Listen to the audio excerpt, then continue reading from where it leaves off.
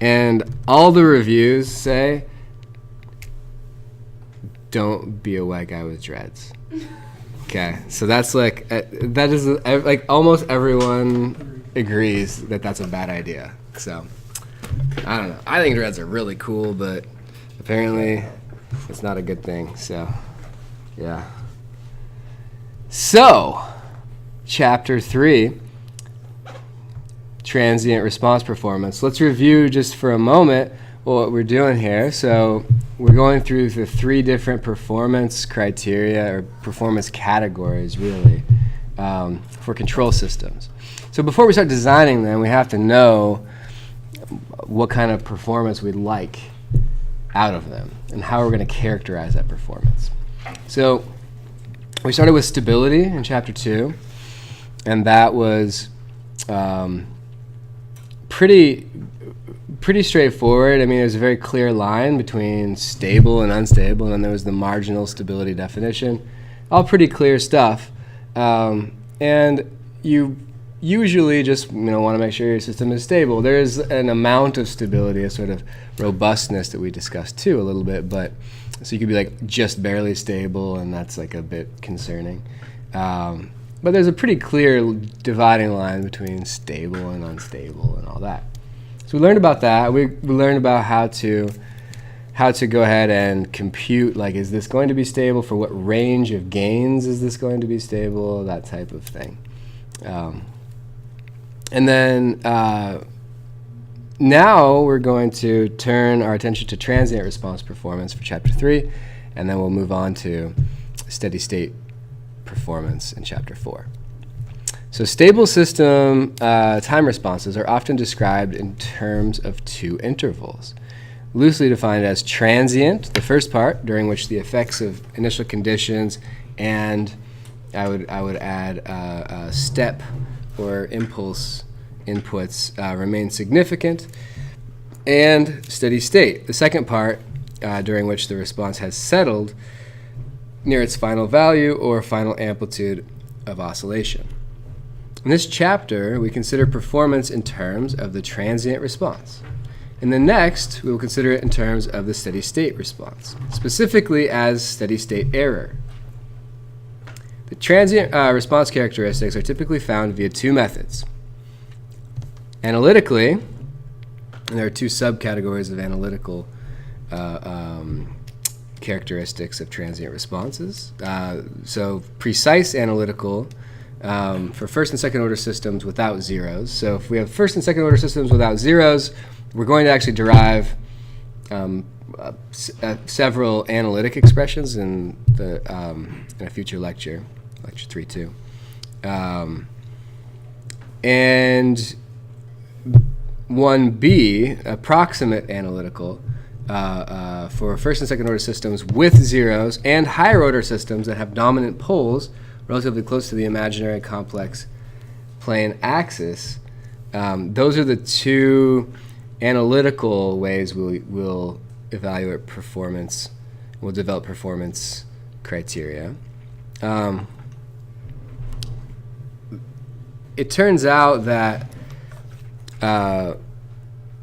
this method here is very powerful for doing design, even if we don't have a precise analytical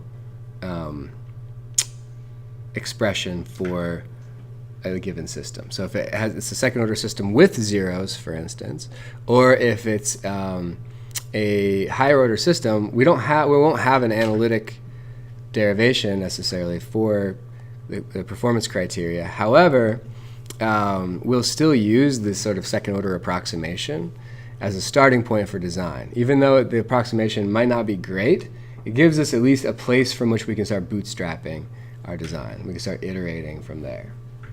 So that's the idea with that, and we'll talk about that more extensively. And the other broad way of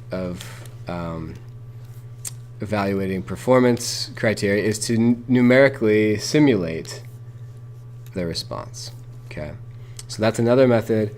Simulation has some drawbacks, though, especially for design, because you can only simulate something with concrete numbers in it, so you have to essentially guess and check if you're going to use simulation. So it's not a great design tool by itself, because if you're just going to guess and check your way to a solution, oftentimes your parameter space is very large. Imagine you have 3 parameters that you can vary continuously. You have a whole lot of space to vary each one and do a full search of the space. So it's very good to have more than just numerical simulation, which is why we still, even though analytically we can't do things always precisely, we still use the approximation to give us a starting point from which we can optimize. Okay, we'll talk more about that. The analytical method is especially advantageous for design. Design methods we will learn in chapter 6 of these notes require we place the closed loopholes in the complex plane. The transient response depends very much on this placement, and exactly how is something we can better understand from studying first and second order system response. Okay, so we're working our way toward doing this design, and understanding first and second order response really extensively is going to help us when we make those design decisions. We can only simulate systems defined by concrete numbers, so simulation, although powerful, is typically more helpful to fine-tune a controller rather than design it from scratch. So if you just start out a search for an optimal or a good controller design, and you have no starting point, you could search for a long time before you find a good spot. If you give it a good starting point, which is what our approximate analytical methods will do, then using simulation to fine-tune is great, is a really good tool. So there's a sort of balance that we need. And in fact, so we're going to use simulation pretty extensively. We're going to use MATLAB tools in a lot of the remaining content in this course. And I'm going to try to get our final exam to be scheduled in the computer lab, so we'll have access to MATLAB for the final exam. We can do everything by hand, but it's just pretty tedious, and I think that you guys are learning the tools. The MATLAB tools is actually kind of important in this last bit. So we'll talk about those tools extensively, and you'll use them in your homework.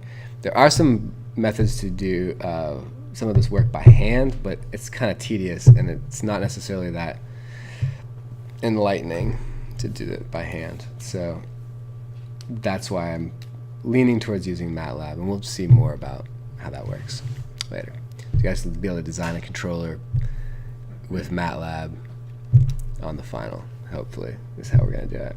It's going to be super fun. All right, any questions?